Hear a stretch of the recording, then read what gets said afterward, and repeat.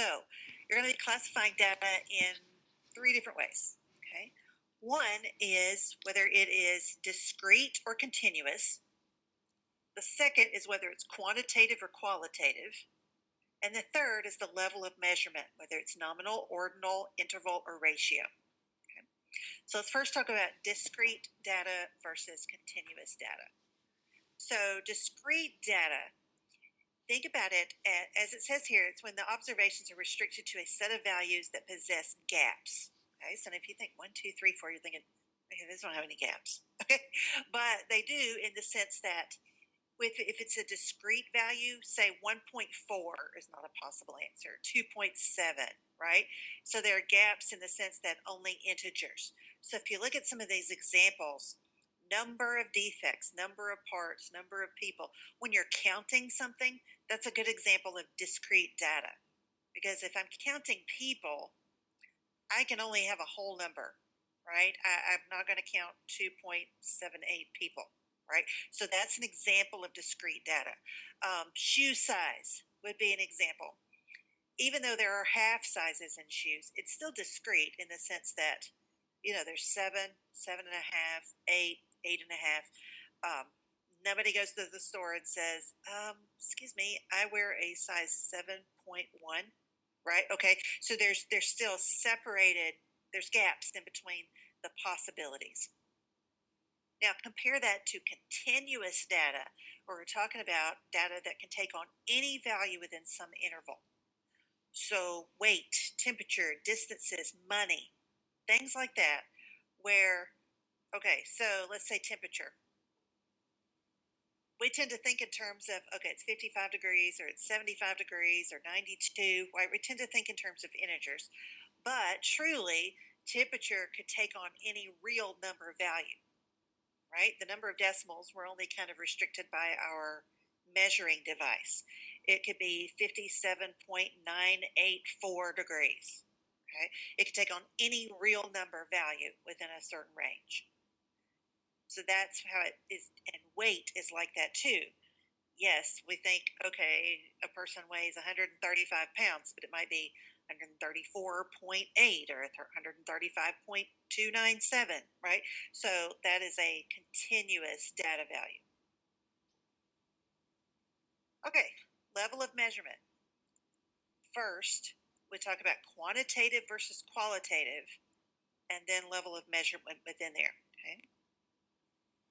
So qualitative data is measured on a nominal or ordinal scale. So the thing to think about with qualitative data is that it has to do with a quality, not a quantity. It's not something that is measurable in our usual sense, okay? So colors, names, quality of something, whether we call it good, poor, high, low, something like that. Even though you could say put those in some sort of order, right? Better, best, awesome, something like that. It's still not something that we could measure.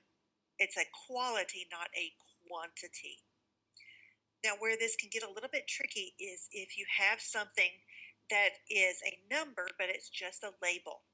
So think about your social security number. It is a number, but it doesn't represent a count or a measurement of anything. It's simply a label, right? If I take my social security number and I subtract your social security number, that is meaningless, right? That doesn't tell me anything because that's not a measurement of any kind. So every now and then you'll see a number, maybe it's just an ID number or your driver's license number, something like that. It's numerical, but it's still qualitative data. Okay, so qualitative data is going to be either nominal or ordinal. Okay, so nominal is sort of the most basic form of data. Think of the word name kind of in nominal. So names, colors, location. Okay, it's purely a characteristic where no natural order is implied. It's just a label. Okay, basically a label or a name is going to be nominal data. Ordinal data takes it up one little notch It's still qualitative data, but they have some associated order. Okay, say this: good, better, best, high, medium, low, first place, second place, third place, right? It's still qualitative because I can't measure the difference between first place and second place, but I do know one is better than the other. So in that sense, it is ordinal instead of just simply a label. Okay. Quantitative data then are data based on counts and measurements. Okay, so temperature, money, measurements, the quantity of something like that. That's all quantitative data. And quantitative data is measured on either an interval or a ratio scale. So qualitative is always nominal or ordinal. Quantitative is always interval or ratio. So what's the difference between those two? Okay, so if it's quantitative, and can be put in an order as all, pretty much all quantities can, and the arithmetic difference is meaningful, then the data is interval. Okay, so temperature or a year are examples of interval data. Now, the best way to explain interval data really is to show you ratio data to show you what is not interval data. Okay, ratio data is kind of the strictest level of measurement. And it's basically just like interval data, except one key thing: it has a meaningful zero value. Okay? All measured values like weight, distance, and volume are ratio data. Number of items is ratio data. Money is ratio. Because, and what do we mean by a meaningful zero? Talk about money here. If I open my bank account and it says zero, then that's a meaningful zero. That truly means I have no money in the account. Okay. On the other hand, let's look at temperature. If it is 0 degrees outside, that does not mean there is no heat or no temperature. Now, if you're measuring in Kelvin and you're talking about absolute zero, then yes.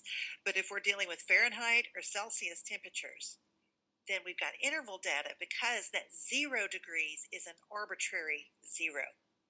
Okay, it doesn't mean the absence of heat. It doesn't mean no heat. It's just zero. Same thing with the year. With the year zero wasn't like when time began, right? It wasn't the absence of time. It was just, you know, time around the birth of Christ, however you want to look at that, even if you kind of, yeah, okay. So, but it didn't mean, it wasn't a true zero in a mathematical sense of there's no time prior to this, okay? So I know that's a little bit weird, but temperature is the best example of that, I think, because, yeah, just remember 0 degrees outside doesn't mean no heat, or it can't go any lower than that. As opposed to, if something weighs 0 pounds, then it has no weight, right? If there's $0 in my account, I have no money.